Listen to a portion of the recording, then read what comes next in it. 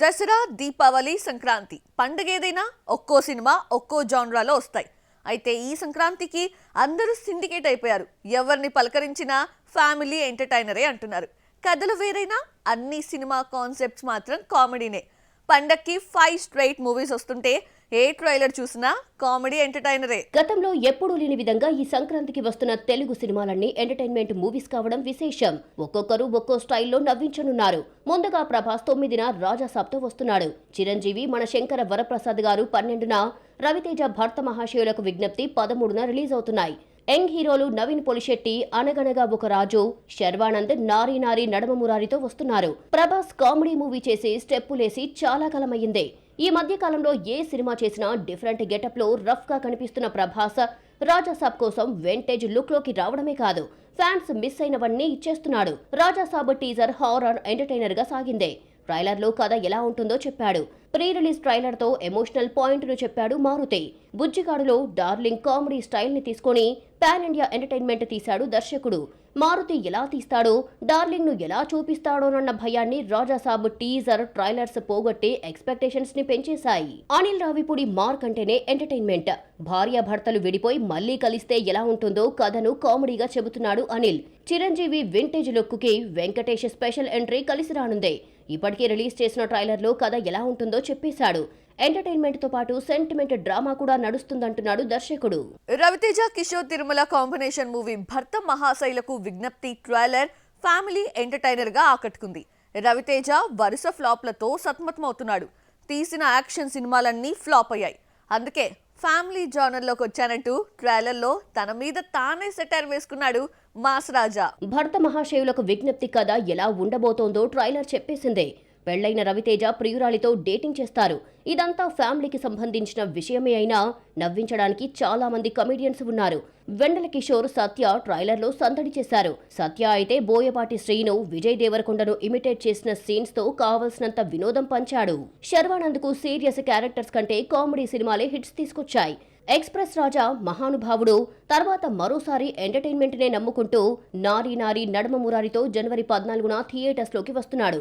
సంక్రాంతి సినిమాలతో పోటీ పడకుండా 14 సాయంత్రం ఫస్ట్ షోతో విడుదలవుతోంది. శ్రీ విష్ణుకు సామాజ వర్గమణ వంటి హిట్స్ ఇచ్చిన రామ్ అబ్బరాజు దర్శకత్వంలో నారీ నారీ నడమ మురారి రూపొందింది. సంక్రాంతి బరిలో చాలా సినిమాలు ఉన్నా నారీ నారీ నడమ మురారిపై పెద్దగా అంచనాలు లేవు. అయితే కామెడీ టీజర్ సినిమాకు హోప్ తీసుకొచ్చింది. సంయుక్త మీనన్ ఏజెంట్ ఫేమ్ సాక్షి వైద్యతో రొమాన్స్ చేస్తున్నాడు శర్వా. చిరంజీవి చాలా మంది దర్శకులకు మాటిచ్చాడు. ఎన్ని మాటలిచ్చినా డైరెక్టర్స్ విషయంలో ఒక్క మాట నిలబెట్టుకోలేకపోయాడు. మన Shankara Varaprasad pre release event లో అనిల్ కిచ్చిన మాటైనా తీరుతుందా? 12న మనశంకర వరప్రసాద్ గా వస్తున్న చిరంజీవి తన పాత రోజుల్ని గుర్తు చేసుకున్నాడు. సినిమా పూర్తయితే ఫ్యామిలీ మెంబర్స్ కు దూరం అవుతున్నారన్న బాధ ఈ సినిమాతో కలిగిందన్నాడు చిరంజీవి. పిక్నిక్ వచ్చిన వాతావరణం ఉండేదని చెప్పుకొచ్చారు. అనిల్ వర్క్ కు ఇంప్రెస్ అయిన చిరంజీవి డైరెక్టర్ కు ఇంకో ఛాన్స్ ఇచ్చాడు. వెంకీ గెస్ట్ అపీరెన్స్ కాకుండా తమ కాంబోలో ఫుల్ ఫ్లెడ్జ్ కథ రాయమన్న ఆఫర్ను అనిల్కిచ్చాడు చిరంజీవి. అలాగే అంటూ ఓకే చెప్పాడు అనిల్. బాలయ్య 50 ఏళ్ల నట ప్రస్థానం సందర్భంగా చిత్ర పరిశ్రమ నిర్వహించిన ఈవెంట్లో చిరంజీవి మాట్లాడుతూ బాలయ్యతో సినిమాను అనౌన్స్ చేశారు. ఇంద్ర, సమరసింహారెడ్డిలోని క్యారెక్టర్స్ తీసుకుని కథ రెడీ చేయాలంటూ బోయపాటికి సవాల్ విసిరాడు చిరంజీవి. వినయ్ విజయరామ ఈవెంట్ లో వాంటెడ్లీ త్రివిక్రమ్ దర్శకత్వంలో నటించే విషయాన్ని చెప్పేశాడు చిరంజీవి. కానీ ఇంతవరకు ఈ కాంబినేషన్ సెట్ కాలేదు. ఆ తర్వాత గురూజీ, అలవైకుంఠపురంలో, గుంటూరు కారం, ప్రస్తుతం ఆదర్శ కుటుంబం తీస్తున్నా చిరంజీవితో సినిమా వర్కౌట్ కాలేదు. ఇప్పుడు ఆ ఊసే లేదు. జై చిరంజీవ మూవీకి త్రివిక్రమ్ కథ, మాటలు రాశాడు. హరీష్ దర్శకత్వంలో నటించాలన్న మెగాస్టార్ కోరిక ఇవాల్టిది కాదు. Sai Dharam Tej, Harish combination movie Subrahmanyam for sale audio release వేడుకలో చిరంజీవి తన మనసులోని మాటను బయటపెట్టాడు. మళ్లీ సెకండ్ ఇన్నింగ్స్ స్టార్ట్ చేయాలనుకున్న టైంలో మంచి కథతో వస్తే చేద్దామన్నాడు మెగాస్టార్. చివరికి రీ ఎంట్రీ మూవీ ఖైదీ నంబర్ 150 అయ్యింది. మంచి ఫామ్ లో ఉన్న డైరెక్టర్ తో వర్క్ చేయాలని హీరోలందరికీ ఉంటుంది. చిరంజీవి కూడా కుర్ర దర్శకులకు ఛాన్స్లు ఇస్తూ వస్తున్నాడు. సురేంద్రరెడ్డి దర్శకత్వంలో తన డ్రీమ్ ప్రాజెక్ట్ సైరా చేశాడు. బాబీ దర్శకత్వంలో వచ్చిన వాల్తేరు వీరయ్య చిరు కెరీర్లో బిగ్గెస్ట్ హిట్ గా నిలిచింది. అయితే ఫలానా దర్శకుడితో వర్క్ చేయాలని ఉందని చెప్పిన డైరెక్టర్స్ తో నటించలేకపోతున్నాడు. మారుతి విషయంలోనూ ఇదే జరిగింది. పక్కా కమర్షియల్ ఈవెంట్ లో మారుతికి ఛాన్స్ ఇచ్చాడు మెగాస్టార్. యాక్షన్ హీరో యష్ కి ఏమైంది? KGF 2తో అందరివాడు అనిపించుకున్న యష్ కొందరివాడిలా మారిపోతున్నాడా? కొత్త సినిమా టాక్సిక్ లో ఆ ఇంటిమసీ సీన్స్ ఏంటి? ఆ మేకింగ్ ఏంటి, ఫ్యామిలీతో కలిసి చూడొద్దు, సినిమా పెద్దలకి మాత్రమేనంటూ హింట్ ఇచ్చాడా? Have a look. KGF 2 వచ్చిన 3 ఏళ్ల గ్యాప్ తర్వాత టాక్సిక్ ను మొదలు పెట్టాడు. యష్ కెరియర్ లో 19వ సినిమాగా తెరకెక్కే ఈ సినిమాకు గీతూ మోహన్ దాస్ దర్శకురాలు. సినిమాను 2026 మార్చి 19న రిలీజ్ చేస్తున్నారు. యష్ బర్త్డే సందర్భంగా 2 టీజర్స్ రిలీజ్ చేస్తే రెండిటిలోనూ రొమాంటిక్ టచ్ లోనే కనిపించాడు హీరో. ఫస్ట్ టీజర్ పబ్ చుట్టూ తిరగడంతో గ్లామర్ రొమాంటిక్ సీన్స్ కామన్ అనుకున్నారంతా. అయితే సెకండ్ టీజర్ వచ్చేసరికి ఇంటిమెసీ సీన్స్ ను దర్శకురాలు ఎబ్బెట్టుగా చూపించింది. యష్ కు ఏమయ్యింది, ఇలాంటి వల్గర్ సీన్స్ చేశాడు అంటూ నెటిజన్స్ మండిపడుతున్నారు. ఇంటిమెసీ సీన్స్ చాలా సినిమాల్లో చూపించినా టాక్సిక్ సీన్స్ హద్దులు దాటాయి. ఫ్యామిలీ కూర్చొని టీజరే చూడలేరు, మరి సినిమా ఏం చూస్తారంటూ విమర్శలు మొదలయ్యాయి. ఈ మధ్య కాలంలో టీజర్స్ లో బూతులు, చూడలేని సీన్స్ పెట్టి హైప్ తెస్తున్నారు. అయితే KGF 2తో పాన్ ఇండియా ఇమేజ్ తెచ్చుకున్న యష్ కు అది అవసరం లేదు.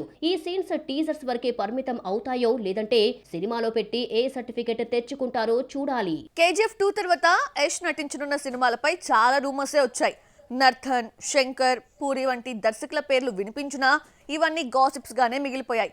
ఫైనల్ గా మలయాళ దర్శకురాలు గీతూ మోహన్ దాస్ దర్శకత్వంలో టాక్సిక్ మూవీ స్టార్ట్ అయింది. టాక్సిక్ కొత్త టీజర్ బయటకు వచ్చిన తర్వాత లేడీ డైరెక్టర్ గీతూ మోహన్ దాస్ ఎవరా అంటూ నెటిజన్లు గూగుల్లో సెర్చింగ్ చేస్తున్నారు. 1986లో బాలనటిగా కెరియర్ ను ప్రారంభించింది. 2009 వరకు నటించిన గీతూ అదే సంవత్సరం షార్ట్ ఫిల్మ్ తీసి మెగాఫోన్ పట్టింది. 2014లో వచ్చిన లయర్స్ డైస్ మూవీతో 2 జాతీయ చలనచిత్ర అవార్డులు అందుకుంది.